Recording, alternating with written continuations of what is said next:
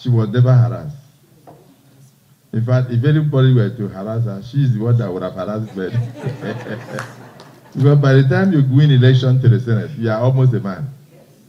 And you come there to defend the rights of the girl child, children in secondary school and in universities who are being daily molested by lecturers. As a student union leader, I had occasion to walk into a professor's office and then warn the professor that you will see what will happen if so-so girl does not pass your course. And after passing the girl, he will come down to see me, called me out of the class and said, go and ask her. She had B+. I said, why didn't you give her A? So, because they threaten girls, sometimes they will write examination and their paper will suddenly miss. And the man will say, see me in the office. So I've been a great advocate for the rights of women. I'll remain so till the day I die.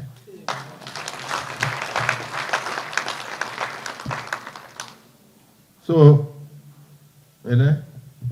you should have brought up the issue that is making the rounds. Have you ever wondered, did you take stock when you were with me, when you came to see me with your women leaders? Did you ask me, when did this issue happen? It's only yesterday that I realized that what we are talking about happened only after the change of seats in the Senate. That is when hell was let loose, and all sorts of allegations came up. Only after the change of seat in the Senate and change of committee, which my senators know happen from time to time. And said to have happened on the 8th of December, a day to my birthday, which was celebrated in the stadium in 2023. So from 8th of December 2023, I never heard, my wife never heard, no Nigeria never heard, even the husband never heard any issue of sexual harassment until her committee was changed, and then her seat was changed, and she went on. Have you ever wondered the trauma caused by that same woman on the other people she had accused in the past? None has been proven so far. You've not wondered. Do you even wonder the trauma caused to the 10th Senate and the image of the Senate with all these useless allegations? I've refrained myself from making a statement. Look at these beautiful women. They've come across me so many times. Have I ever harassed any of you? Or is the person thinking that you are not beautiful? So I don't want to dwell on that. But let me just say that time will tell. If we are in court, the court will decide. My other sister, the one they sometimes refer to as Joy Nuni, I like to mention her name because she'll be hearing from my lawyer anytime in the next 1 week. Crime never dies. When I received a letter from the late Abakari, Chief of Staff, that the certificates were questionable and she did not do national youth service, I wrote to the NYC. The NYC responded, and so I quickly changed her before it became a scandal. As soon as she was changed, hell was let loose. She first said, oh, Akpabio wanted me to swear to an oath of allegiance in the villa. And then they told her that the whole villa is wired. She said, what do I say? The next thing she came and said, he tried to touch me, and I slapped him. I'm the first woman in Niger Delta to slap him. So Ruben Abati now said, is it like sexual harassment or rape? She said, no, not rape, maybe something like that. I said, what? Is it sexual harassment? She said, yes, sexual harassment. That's what you want me to pursue. So that I will go and tell the world that she was parading fake NYC certificate. Then I will tell the world that she committed perjury. She lied under oath. And yet I have 4 daughters, and I would like to protect their image. Since people have decided to go into the gutter, let's all go into the gutter. Let's bring out everything so that you see why women also have to note that their attitude will determine their altitude. We can increase the number of women in parliament by our own, by preventing the idea of weaponizing gender. The woman should not be looking at herself as a weaker sex. My second daughter is a very strong woman. She has got her master's, she's doing her PhD right now. She's very strong, probably stronger than me. And she disagrees with me. Deep inside me, sometimes when we argue, and she says, Daddy, you're wrong. I would tell her, I'm older than you. She said, don't use age here. So I'm very proud of my children, and I know that they will do well amongst you. Let's talk to ourselves. Listen to the minister. The minister just suffered from a fellow woman. Put up a woman in any senatorial district today for Senate. Other women will go and vote for the men. You will never vote for yourself. So let's start by questioning you. How come you don't elect your own? Because when the minister was speaking,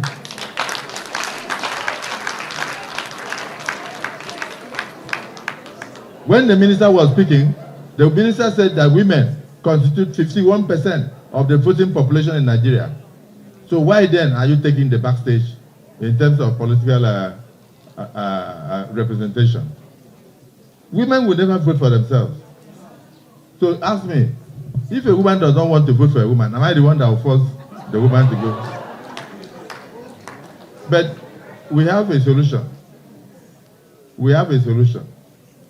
I've traveled around. I've seen what is happening in Tanzania. I've seen what is happening in South Africa, Malawi, and so many other countries. They have a certain percentage constitutionally reserved for women. But what they do is that they do it through appointment, particularly in United Arab Emirates and other countries, including Somalia. They put a percentage for women in parliament. And then after the election, those women are added to the number, and they enjoy equal status with the men. Because sometimes, because of religious differences and all sort of issues, women find it difficult to even aspire because their husbands may sack them from the homes. So they make those provisions. We are discussing that in the Senate of the Federal Republic of Nigeria. If it means tinkering with the act to enable women, the Electoral Act, to enable women to have solid say in the parliament, we will do so. Women are better managers. I can say that women are better managers. But sometimes women can be harder than men. Yes, when they take decisions, they take decisions. But they are very prudent in all aspects of life. If you didn't manage us well, we won't even get here. That's a simple truth. Imagine if it was my mother that died and my father was 22 years. Will I be a Senate president today? Because my father would never be at home. But my mother stayed at home and tutored us, suffered, did all sorts of petty jobs, took us through the Civil War, and brought us to where we are. May our soul rest in poverty.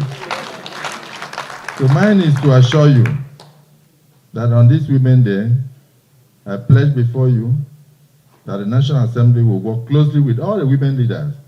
When I met my sister, I used to admire her and her afro hair on television. And at the time, I thought she was working for INEC, such a great woman of integrity. She came with a lot of other women, and I saw them. I was amazed. I said, immediately they called me and said they wanted to see me. I said, come now, come now, come now. And under 40 minutes, I met with them.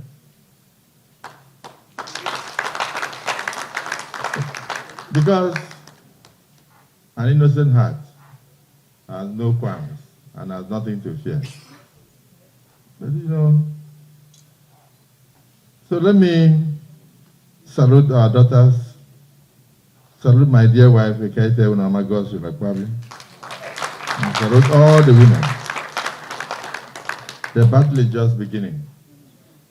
We must go back to where we see upward movement of women in all spheres of life. That is the only way I'll have hope and fulfillment, that I've left solid legacies behind in politics, because I've created opportunities for my children. 4 of them are women. to rise to the zenith of their professions in future. We must condemn all issues of sexual harassment that are not fake. We must tell women not to use tears to look for sentiment when they are making false accusations. We must also let women know that governance is not about vanity. So if a common seat can cause the kind of ulubalo, and then you ask why don't you want to move from the seat, and somebody sits on television and says that is the only place that the camera catches me where? Are we doing beauty contests in the Senate? It's a serious place. It's not a place that you come to look for camera to catch you.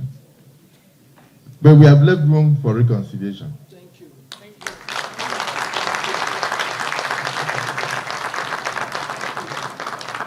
So I'm here today with my colleagues because one woman refused to surrender.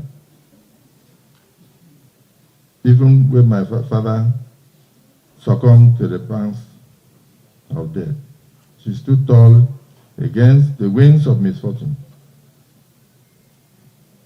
They told her to choose a husband amongst my uncles, and she said she had a son who was 6 months old, that she had chosen to marry that son, since the son was part of that family. So she married me when I was 6 months old and refused to marry any other person.